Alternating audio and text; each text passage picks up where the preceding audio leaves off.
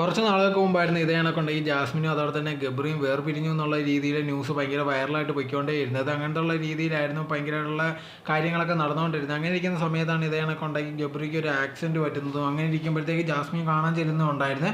അതിനുശേഷം കൊണ്ട് പിന്നെ ഒരു കൂട്ടായി ഇപ്പോൾ ഫ്രണ്ട്സാന്നുള്ള രീതിയിലൊക്കെ ആയിരുന്നു പറഞ്ഞുകൊണ്ടിരുന്നത്. അങ്ങനെ ഇരിക്കുമ്പോഴാണ് ഇപ്പോൾ ലേറ്റസ്റ്റ് ആയിട്ട് ഗബ്രി ഒരു വീഡിയോ ഇട്ടിട്ടുണ്ടായിരുന്നു. അതിൽ പറഞ്ഞൊരു കാര്യം എന്ന് പറഞ്ഞാൽ ഞങ്ങളുണ്ടെങ്കിൽ ഒരിക്കലും ബ്രേക്കപ്പ് ഒന്നും ആയിട്ടില്ലായിരുന്നു, ഇപ്പോൾ ഒരു റിലേഷൻഷിപ്പിൽ തന്നെയാണെന്നുള്ള ഒരു കാര്യമാണ് പറഞ്ഞിരിക്കുന്നത്.